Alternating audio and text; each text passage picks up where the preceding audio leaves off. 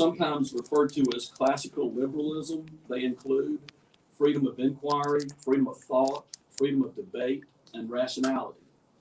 From these concepts stem the scientific method, technological advancement, innovation, the peaceful existence of a multi-ethnic society, and its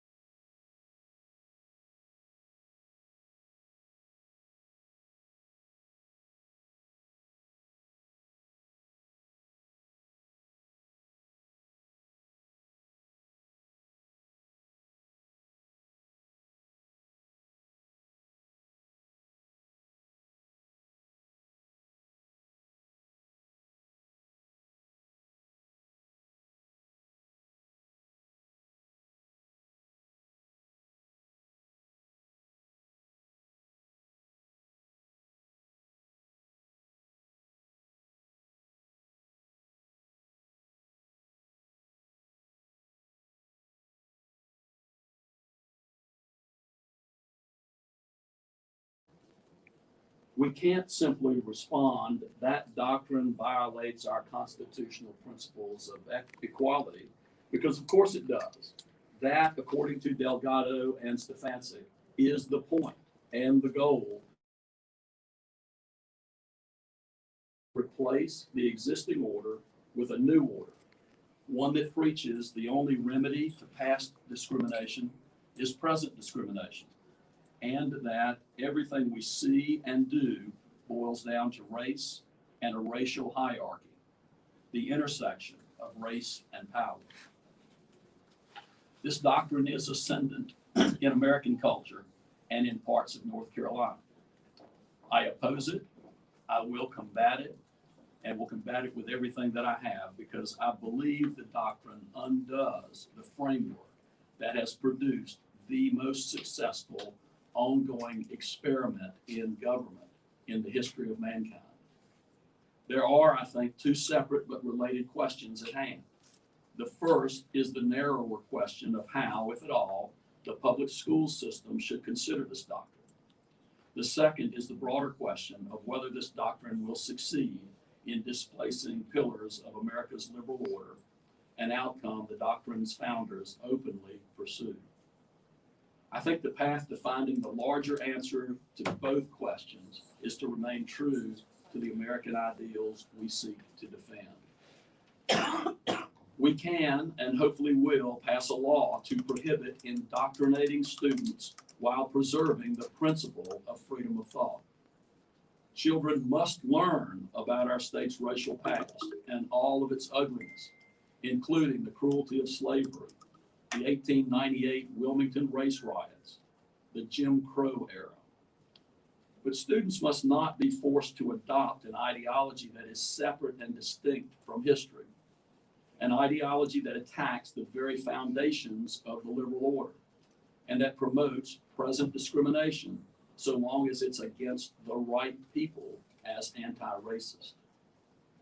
And we can, and hopefully will, put to the voters a constitutional amendment that reinforces the Civil Rights Act of 1964 and places our state's foundational text, in our state's foundational text, the principle of equality before the law.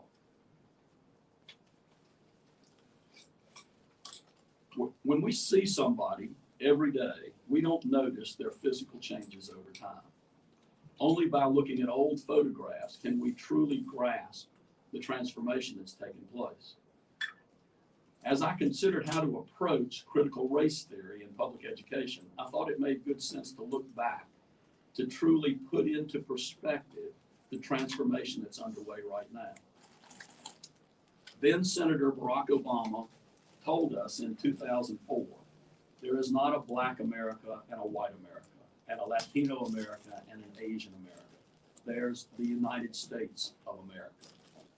To those who heard those words, America's first Black president was saying, there is no white or Black or Latino or Asian America. There is only one America, undefined by color. Today, Ibram X. Kendi, the author of How to Be an Anti-Racist, says, the language of color blindness is a mask to hide racism. While Obama affirmed our founding motto and said that we are one people, all of us pledging allegiance to the stars and stripes, Kendi tells us there is no such thing as the American body, only American bodies radicalized by power. The Civil Rights Act of 1964, one of our country's greatest advancements towards realizing the promise of America's founding principles, prohibits discrimination against a person because of such individuals' race, color, religion, sex, or national origin. Today's anti-racist literature, embraced by some school districts in North Carolina, preaches that discrimination by race is not inherently racist, and the only remedy to past discrimination is present discrimination. Indeed, this creed has a policy objective to create a U.S. Department of Anti-Racism with the power to supersede all federal, state, and local policymakers and instill what they define as equity across the land. Over just the last few years, then, Obama's description of an America undefined by color became racist, and violating the Civil Rights Act became anti-racist. Call the doctrine that underlines this transformation what you will: critical race theory, neo-racism, illiberalism, successor ideology. Its substance has taken root among America's elites and institutions, and efforts are being made to incorporate it into K-12 education here in North Carolina. Durham City government, for example, authorized and endorsed a racial equity task force report that's steeped in this ideology. It tells us that the current education system is quote, working as it was designed to indoctrinate all students with the internalized belief that the white race is superior. If government officials really believe that, one needn't think too hard about what kinds of steps they're taking to fix that problem. Durham's report warns of pervasive whiteness, a whiteness that embodies all of our systems and oppresses people of color. They say conditions today, months after North Carolinians elected their first black lieutenant governor, are not very different from those in 1925, a period of time when people of color were beaten, hanged, and mutilated in the streets of our state. Black people are still enslaved because they're black, Durham's task force reports. This government-sanctioned manifesto calls on its citizens to, quote, actively learn from seasoned white anti-racists, and fully embracing Kendi rejects, quote, race-neutral solutions. The report recommends a, quote, racial equity fund, which mirrors a race-based grants program federal courts recently deemed unconstitutional. Durham's report calls for teachers in the public school system to host, quote, in-class conversations about white privilege and how white people can be supportive of anti-racism. The public schools, quote, must be actively and intentionally anti-racist as part of the struggle to create a just society. In Mecklenburg County, the school system tells its students, quote, it is no longer enough to be passively not racist. We are called to be anti-racist as a society and a school. We are all compelled to do our part. Recall that to be an anti-racist, one must accept that, quote, the only remedy to past discrimination is present discrimination. When the doctrine's proponents say they're not teaching about the ideology, that may well be true. However, they're clearly teaching in the ideology. They seek to promote in students a theology, a belief system that is fundamentally at odds with the Declaration of Independence, Lincoln's Gettysburg Address, the 14th Amendment to the United States Constitution, and the 1964 Civil Rights Act. It teaches children to view the world and everyone in it always through the lens of race. That race and power define everything. It's an either-or proposition. You either agree with them or you're a racist. It perverts America's founding motto, out of many, one, and teaches, quote, there is no such thing as the American body, only American bodies, radicalized by power, end quote. That an America divided by race is all that's ever existed. That our country's true founding was 1619, when the first slaves arrived. I call it a theology because it has all the tenets of a religion. The premises that govern its view of the universe are unfalsifiable and self-reinforcing. Its adherents see dissenting arguments as evidence of the doctrine's provenance, diagnosing dissenters with subconscious white guilt or white rage, or some other term found in the doctrine's scripts. Kendi says dissidents suffer from, and he calls it an addiction. So we can't, and he says, so we can't lecture them out. They literally have to come to that themselves, and we have to, of course, assist them in that process. But it's much harder and longer. North Carolina's parents who see the same doctrinal rhetoric appearing in their children's school materials or their district's website, things such as intersectionality, whiteness, anti-racist, are showing up at school board meetings and calling their legislators. They're concerned that their children might be inculcated with a radical new way of viewing the world. Can you blame them?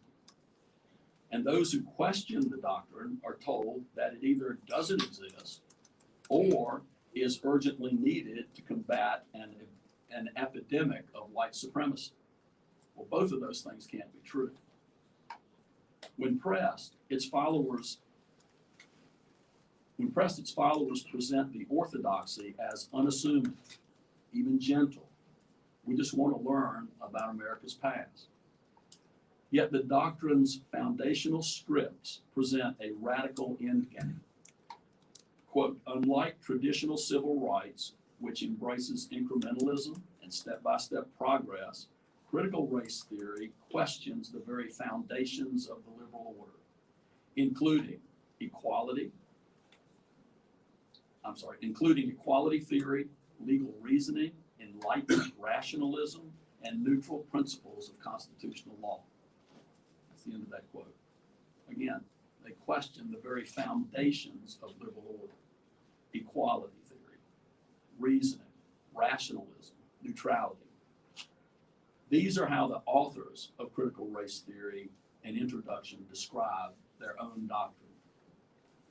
But central to the American order that we seek to defend is openness to and skepticism of new ideas. We don't burn books. We don't burn books with radical ideas. We read them. We discuss them. We either accept or reject the ideas they present. We teach students how to think, not what to think. To tell them they can't think a certain way is the same as telling them they must think a certain way. Both violate the principles of American culture, freedom of a key principle of American culture, freedom of thought. How then do we defend intellectual freedom without sacrificing it? The key, it seems to me, is threefold. One, expressly prohibit overt indoctrination. The bill the Senate will hear forbids public schools from promoting certain discriminatory concepts. For example, one race or sex is inherently superior to another race or sex. It defines promote as compelling students to affirm or profess belief in those concepts. Two, grant parents the right of access to the materials used in a classroom so they can know what kind of curriculum their tax dollars are paying for. And 3, talk about it relentlessly. This is the only avenue informing, debating, reasoning to truly combat an illiberal doctrine. To this end, Lieutenant Governor Mark Robinson's School Indoctrination Task Force offers a central clearinghouse for students and parents to share what's happening in the schools, and the Senate is considering open hearings to learn from both proponents and opponents of the doctrine. And finally, to reinforce where we as North Carolinians stand on the question of discrimination, we intend to put to the people a constitutional amendment affirming our commitment to the principles of the Civil Rights Act. Quote, the state shall not discriminate against or grant preferential treatment to any individual or group on the basis of race, sex, color, ethnicity, or national origin in the operation of public employment, public education, or public contracting. Whether you acknowledge it or not, this doctrine seeks to recast the foundational principles of American society. We must not let that happen. With that, I will be more than happy to take your questions. The bill itself will be heard in the Education Committee at 2 o'clock today. It will not be voted on today. Once it is heard today, we will continue to seek public input. The bill will be voted at a later date. I'll take your questions. John? Senator, Republicans have long promoted and endorsed school choice, giving parents the opportunity to expand not just on public schools, but charter schools, and give more power to those local families. Well, here's an instance potentially where the state government then is making a decision for the 115 school districts of North Carolina. We're telling them what or what not to do. I guess, where do you see government's role in developing curriculum? Shouldn't it be up to the local school districts and school boards? So I think you need to read the bill. The bill does not require any particular curriculum, does not require the school system to teach any particular thing. But what the bill requires is that the school system will not promote certain concepts, and it doesn't prohibit them from discussing the concepts, doesn't prohibit them from having opportunities for students to research certain concepts, but it prohibits the teachers and the system from promoting concepts. So, for example, one of the concepts that the bill says that systems should not promote is that one race or sex is inherently superior to another race or sex. I would think that everyone would agree that we should not have our schools promoting that concept. If there are folks that think we should, obviously we want to hear from them, and we want to know what their rationale is that we should promote that concept. In addition, that we don't want our schools promoting the concept that an individual's moral character is necessarily determined by his or her race or sex. If there's some people that believe that, we want to hear from them. But I think these are things that are generally accepted by folks as things that we don't want in our schools. But clearly, we're not saying the schools can't talk about these things. We're just saying that the schools are not to promote a belief in these things. Just to follow up on that question, can you, what schools are teaching this kind of thing? What schools are promoting? Yeah, promoting that kind of thing. So I think all you've got to do is look at the natural progression from what the Durham City Council has endorsed, where you go from there, the natural progression from what I noted from Mecklenburg County. We will again, we will hear when the bill is heard in committee specific examples. The Lieutenant Governor has indicated to me that he will be there at the committee meeting. There will be specific examples. All right, let's spread it around. If you don't know, General. So you're going to add an amendment here. This is what I read in the statement that you had. But going back to the bill itself, this seems to be trying to curb possibly compelled speech in schools. from one idea or another, the tenets of critical race theory into the schools. For example, I know at Heritage High, there was an example where they had a affinity group identity chart where students were forced to stand underneath their group, whether they were heterosexual, that sort of thing. And that would be an example of something of this filtering in to the schools as compelled speech. Is this something that this bill is seeking to curb? So the bill defines promote as compelling to affirm or profess belief. So if what you describe is compelling someone to affirm or profess belief in one of the 13 concepts that are in the bill, then the bill would prohibit that. Yeah, you talked about Durham a lot, which is, as you know, majority minority school system.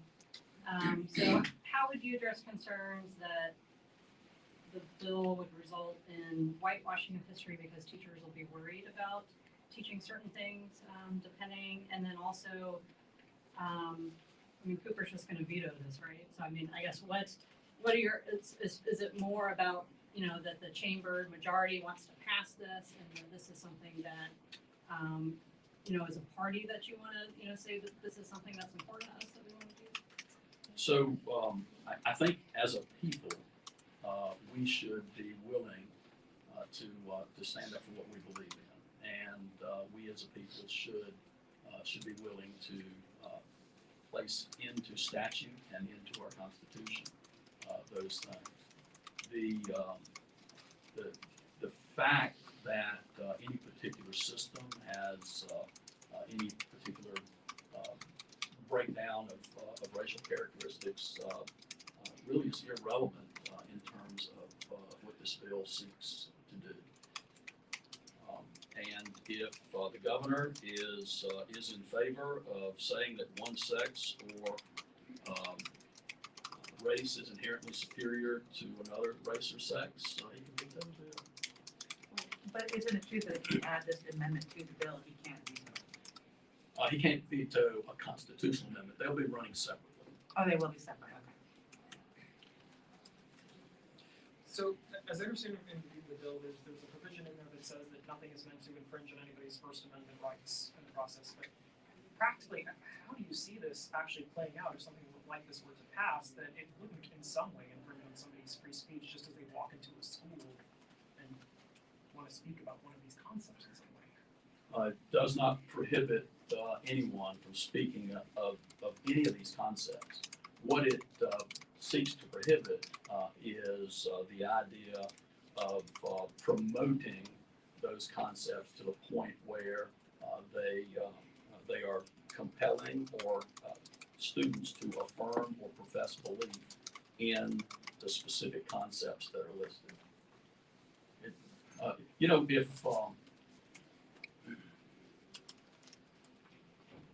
I'd like to hear from a teacher who is concerned about being able to teach anything because of this bill.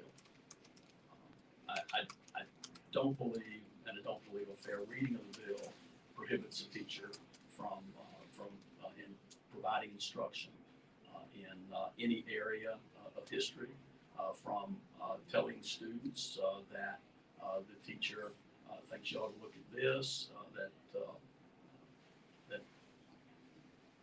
these things appear to have been problems in history.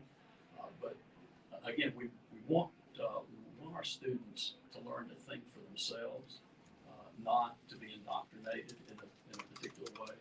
And the concern is that that is what is either happening or is very close to happening in our schools. All right, let's get back to you, and then I'll get back there. How do you, I don't know, enforce is the right word? How do you monitor this? I mean, and what would be the consequences? Would a school district potentially lose funding? But I guess what happens? Because do you interview students to see what they think and then derive from that because they think a certain way that that's what they were told to think? So I said this yesterday to another reporter. I believe sunshine is the best disinfectant. What the bill does is it requires disclosure of materials, disclosure of things that are happening in the schools. I think the way it's monitored is it's monitored by parents and by citizens as to what's going on, and they will continue to show up at school boards if, in fact, some of the things that are problematic are happening in the school. And would there be penalties for districts? The bill contains no specific penalties. Yes. I had a question on the constitutional amendment, the timing of this. Are you looking to get this to the governor this calendar year, this session? And what's been the buy-in from the House side? Because obviously they would need to concur with this, and I assume you've had those discussions. So the constitutional amendment will be, if it hasn't been introduced already, will be introduced today. It would call for, again, it's got to pass 30 votes in the Senate, 72 votes in the House. If so, it would be on the ballot in the primary election next year. Second part of your question, I'm sorry. The timing of the actual HB 324 bill So, this year and buy-in from the House side. Yeah, so I am hopeful that we'll be able to pass the bill back over to the House before we adjourn this year. And we will see. Again, we're going to hear the bill today. We will take it up later in the session, send it back over to the House. Hopefully they will be satisfied with the changes that we made, and we'll then send it to the governor. Follow up, I appreciate it. On the enforcement side, it seems like a check on the teachers within the bill is that concerned parents can request contract documents of training services that were provided, or they can request instruction materials. But there does seem to be an exception under that for cases of First Amendment. Can you just sort of clarify what exactly I, as a concerned parent, could request, and what would prevent a district from just saying, this was just a discussion, we weren't promoting the ideas, therefore we deny your records request? I don't know how all of that will play out as we're going